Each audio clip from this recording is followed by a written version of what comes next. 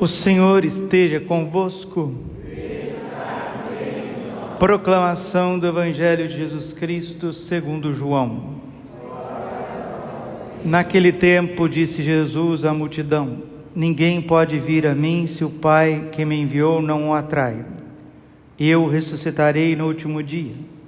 Está escrito nos profetas: todos serão discípulos de Deus. Ora, todo aquele que escutou o Pai e por ele foi instruído, vem a mim. Não que alguém já tenha visto o Pai, só aquele que vem de junto de Deus viu o Pai. Em verdade vos digo, quem crê possui a vida eterna. Eu sou o pão da vida. Os vossos pais comeram maná no deserto e, no entanto, morreram. Eis aqui o pão que desce do céu. Quem dele comer nunca morrerá.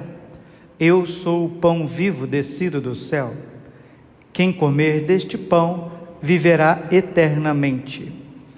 E o pão que eu hei de dar é a minha carne para a vida do mundo. Palavra da salvação. Ave Maria, cheia de graça, o Senhor é convosco.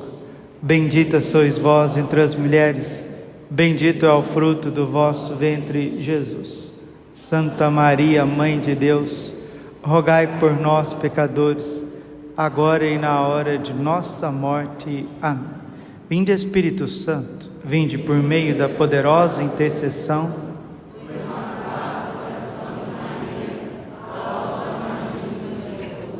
Podemos sentar um pouquinho. Jesus, manso e humilde de coração.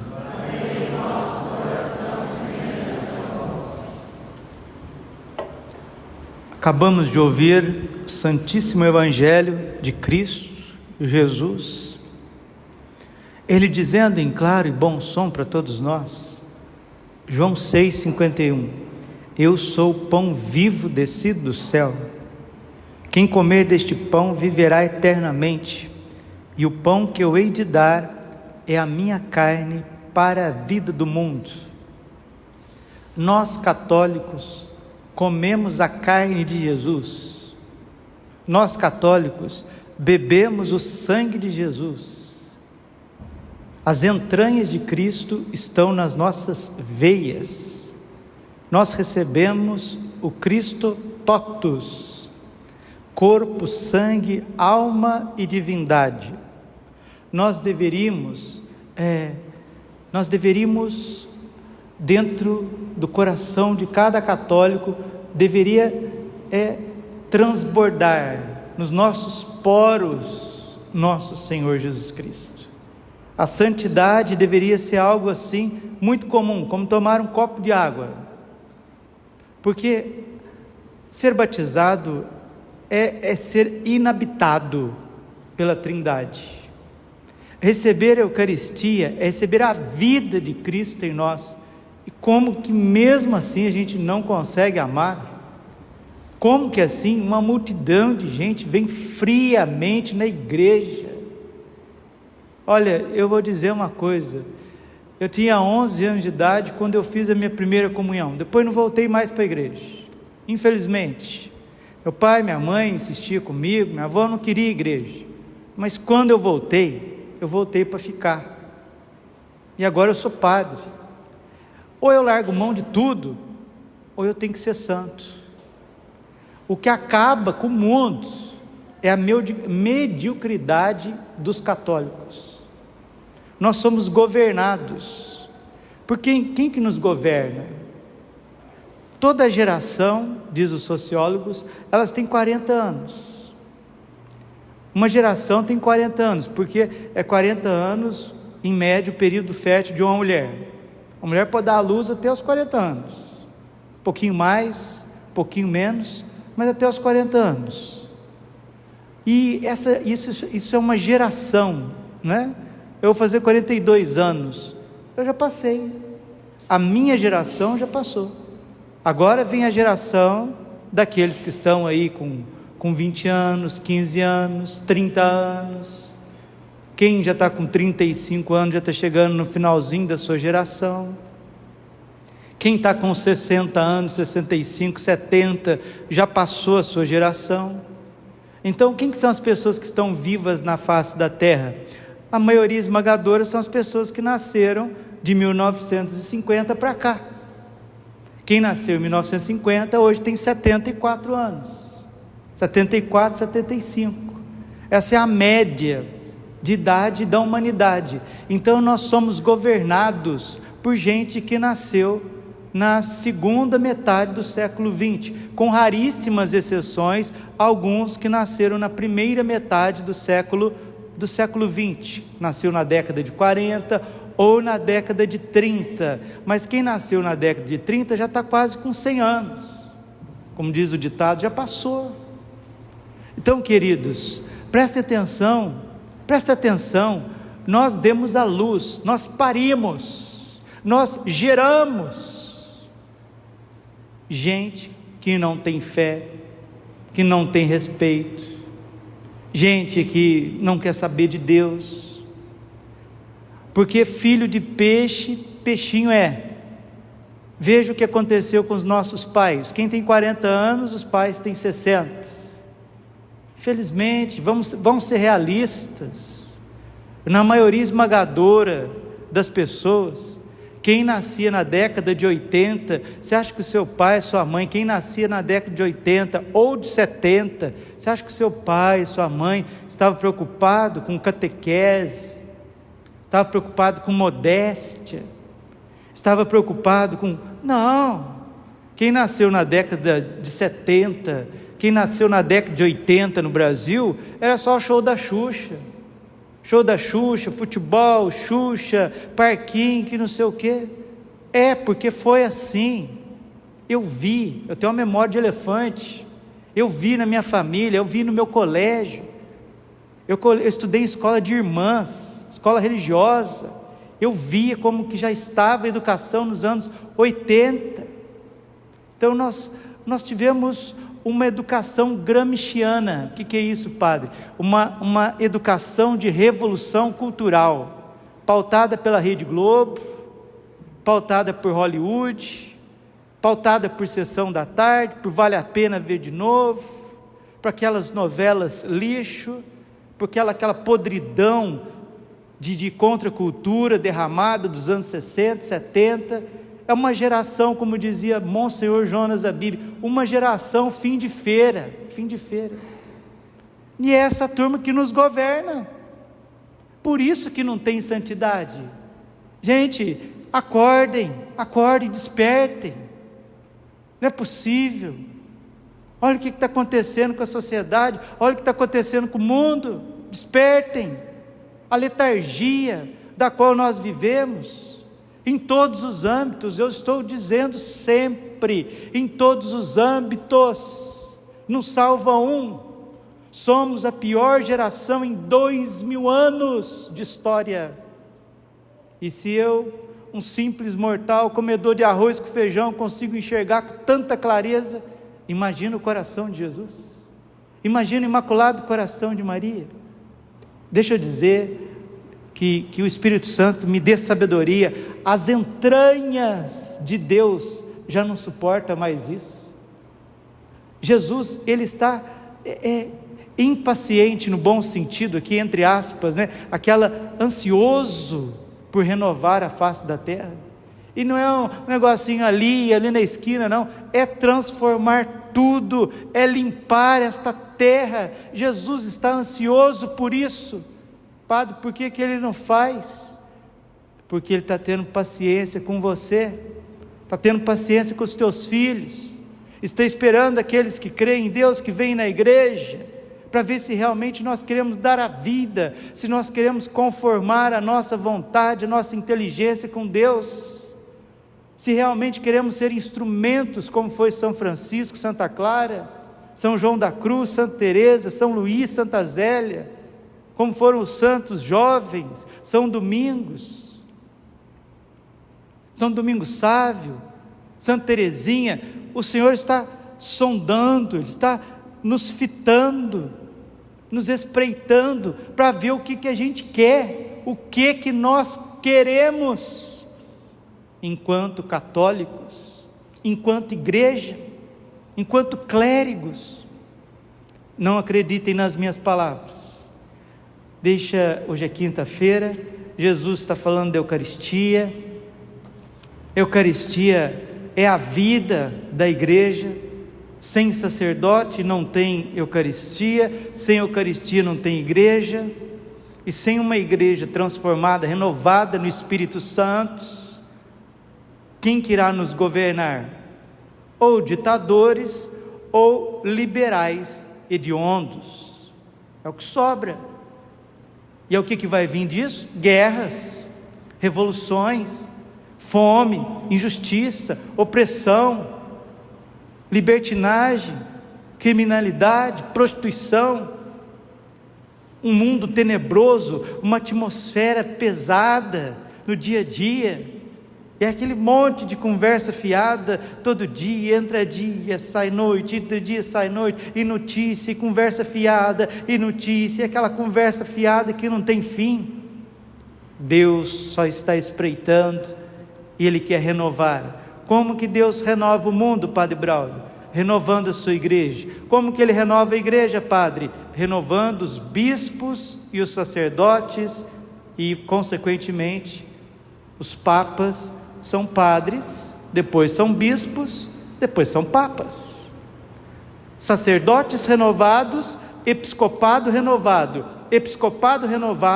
papas santos, clero santo, e uma geração de santos, porque são os santos sacerdotes e consagrados que geram sociedades, gerações santas. Não acreditem em mim, acreditem no coração de Jesus, que deu essa mensagem no dia 2 de março de 2010, ao monge beneditino irlandês, contida no livro Ensino Iesu, que tem aprovação da igreja eclesiástica. Olha o que o Senhor Jesus ressuscitado, o coração de Jesus, diz para nós, uma mensagem de extrema esperança, de confiança, de sintonizar a nossa mente com a mente de Deus, o nosso coração, nossa vontade com a vontade de Deus, os nossos sonhos com o sonho de Deus, e parar de ficar vivendo de utopias e de ideologias. Diz o Senhor, abre aspas, coração de Jesus dizendo: minha mãe imaculada instruirá os sacerdotes, e por sua intercessão toda poderosa obterá para eles todos os carismas necessários para preparar o mundo, este mundo adormecido, para o meu retorno na glória. Digo, não para alarmá-los ou para assustar alguém, não, mas para lhe dar motivo para uma imensa esperança e para pura alegria espiritual. A renovação dos meus sacerdotes será o início da renovação da minha igreja. Deixa eu repetir. A renovação dos meus sacerdotes será o início da renovação da minha igreja santa e católica. Eu desfarei a destruição que os demônios causaram e farei com que meus sacerdotes e minha esposa igreja recuperem uma santidade gloriosa que confundirá meus inimigos e será o início de uma nova era de santos. 2 de março de 2010, palavras do patrão, palavras do coração de Jesus. E você que está aqui na missa, com o que você está preocupado? Qual que é a sua maior preocupação? Padre, minhas contas. Padre, meu estômago não está bom. Padre, eu não dormi bem essa noite. Os meus filhos. Gasolina. Política. Tudo bem? Tudo faz parte das nossas preocupações. Família. Mas espera aí. Deixa eu falar aqui no pé do teu ouvido. Conta para ninguém não. Está rindo, seu José? Viu, seu José? Aquele que te deu a vida e te dará a vida eterna,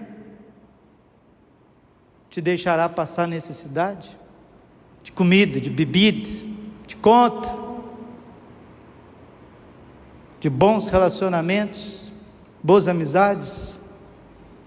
Ah, se nós estivéssemos sintonizados com a vontade de Deus, seríamos no mínimo um pouquinho melhores, um pouquinho menos confusos. Mas continua o Senhor. 12 de novembro de 2008, ao mesmo monge irlandês Ensino Ieso, Jesus diz assim: o dia está chegando, meus filhos, e não está longe, em que intervirei para triunfar em meu coração eucarístico pela força conquistadora do amor sacrificial. Quando intervirei para defender os pobres, os pequenos, e justificar os inocentes cujo sangue marcou esta nação, falava da Irlanda, e de tantas outras como o sangue de Abel no início. Se mais almas me dessem esta liberdade para agir como eu quero, minha igreja começaria a conhecer a primavera de santidade, que é o meu desejo ardente para ela. Deixa eu traduzir. Jesus quer acender o fogo do Espírito Santo no seu coração.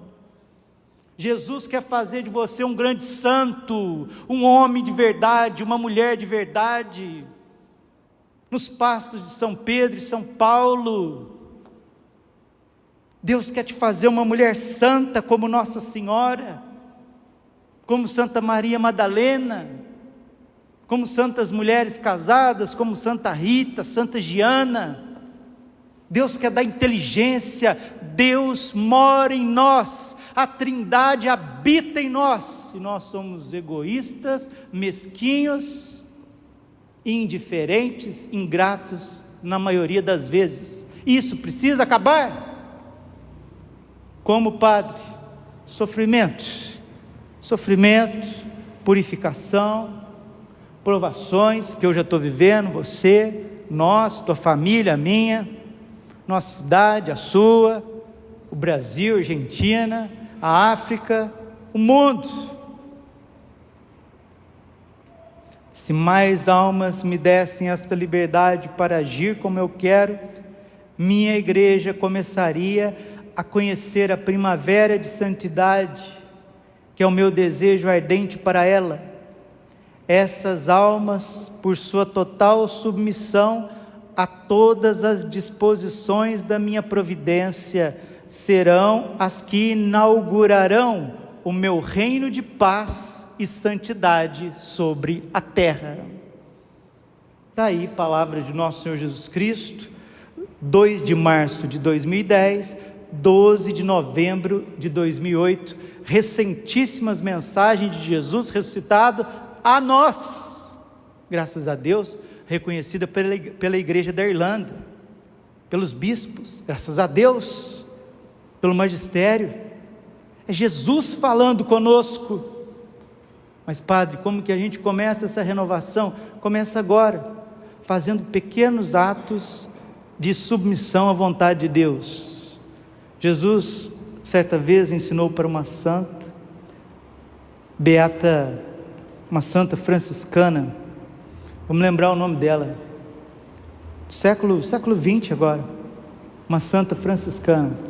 Jesus ensinou assim para ela: minha filha, reze sempre assim comigo: Senhor, Senhor, faça-se em mim, não como eu quero, mas como tu queres. Jesus ensinou isso para ela, Consolata Betrone.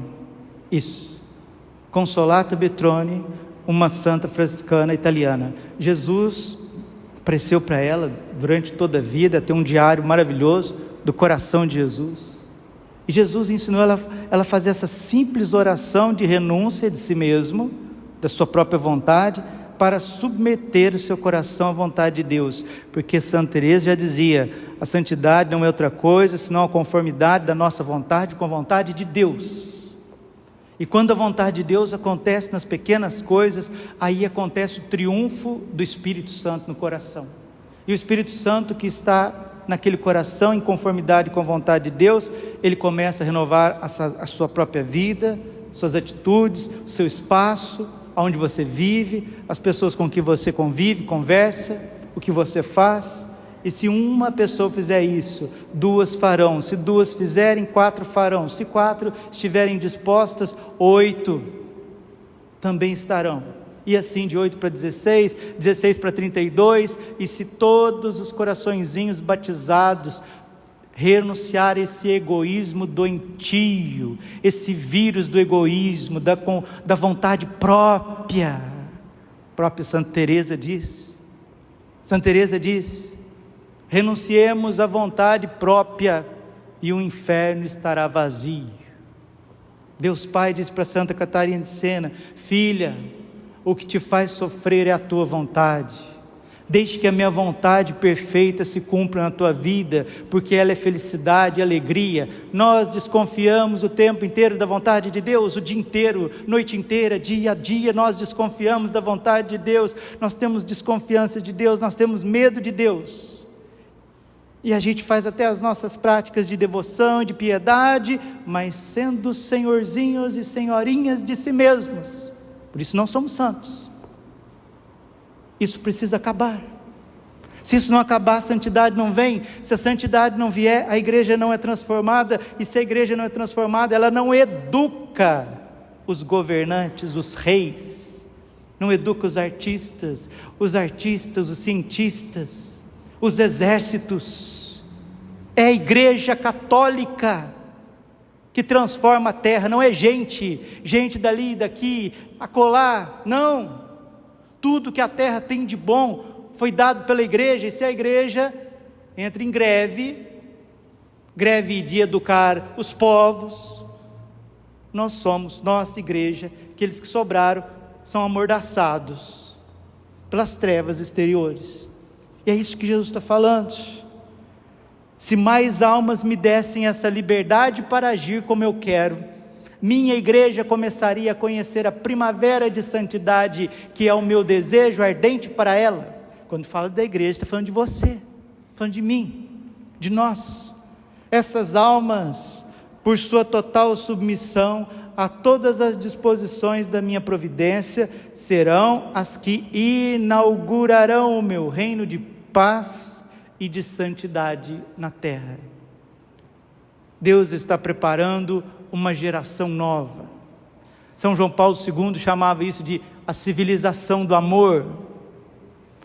Venerável Luísa Picarreta chamava a coroa da história, o dom que será concedido.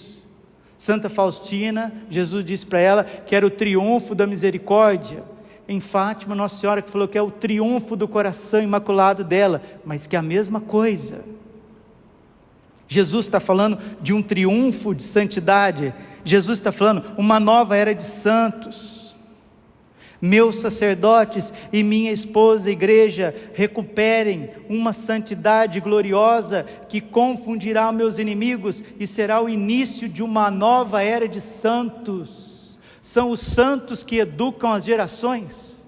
Se nós não tivermos santos, aquelas gerações são depravadas, pervertidas, e elas se voltarão contra os nossos filhos, contra aquilo que sobrar. É o que nós estamos vendo hoje, 2024.